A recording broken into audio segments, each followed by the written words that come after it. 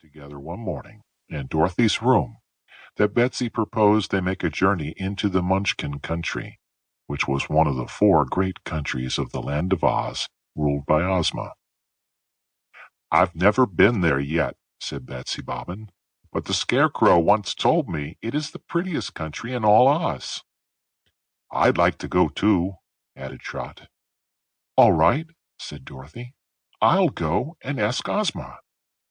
Perhaps she will let us take the Sawhorse and the Red Wagon, which would be much nicer for us than having to walk all the way. This Land of Oz is a pretty big place when you get to all the edges of it." So she jumped up and went along the halls of the splendid palace until she came to the royal suite, which filled all the front of the 2nd floor. In a little waiting room sat Ozma's maid, Jellia Jamb, who was busily sewing. "Is Ozma up yet?" inquired Dorothy. "I don't know, my dear," replied Jellia.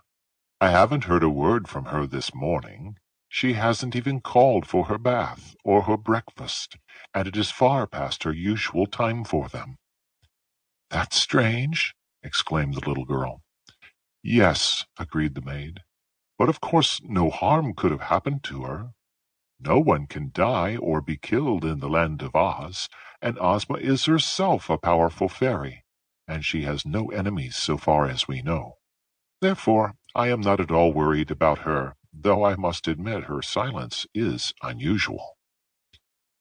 "Perhaps," said Dorothy thoughtfully, "she has overslept, or she may be reading or working out some new sort of magic to do good to her people." "Any of these things may be true," replied Jellia Jam, "so I haven't dared disturb our royal mistress. You, however, are a privileged character, Princess, and I am sure that Ozma wouldn't mind at all if you went in to see her." "Of course not," said Dorothy, and opening the door of the outer chamber, she went in. All was still here. She walked into another room, which was Ozma's boudoir, and then, pushing back a heavy drapery richly broidered with threads of pure gold, the girl entered the sleeping room of the fairy ruler of Oz. The bed of ivory and gold was vacant. The room was vacant. Not a trace of Ozma was to be found. Very much surprised, yet still with no fear that anything had happened to her friend, Dorothy returned through the boudoir to the other rooms of the suite. She went into the music room, the library, the laboratory, the bath, the wardrobe, and even into the great throne room which adjoined the royal suite, but in none of these places could she find Ozma.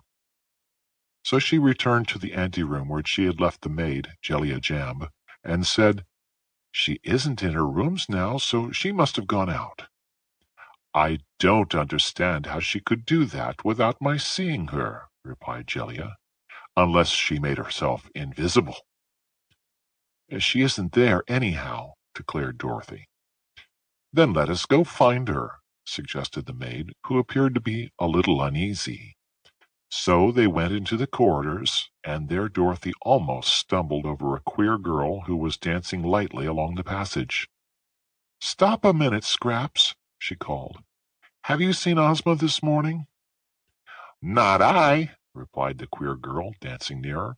"I lost both my eyes in a tussle with a woozy last night, for the creature scraped them both off my face with his square paws. So I put the eyes in my pocket, and this morning Button-Bright led me to Aunt Em, who sewed 'em on again. So I've seen nothing at all today, except during the last 5 minutes. So of course I haven't seen Ozma." "Very well, Scraps," said Dorothy, looking curiously at the eyes, which were merely 2 round black buttons sewed upon the girl's face. There were other things about Scraps that would have seemed curious to one seeing her for the first time. She was commonly called the Patchwork Girl, because her body and limbs were made from a gay-colored patchwork quilt, which had been cut into shape and stuffed with cotton.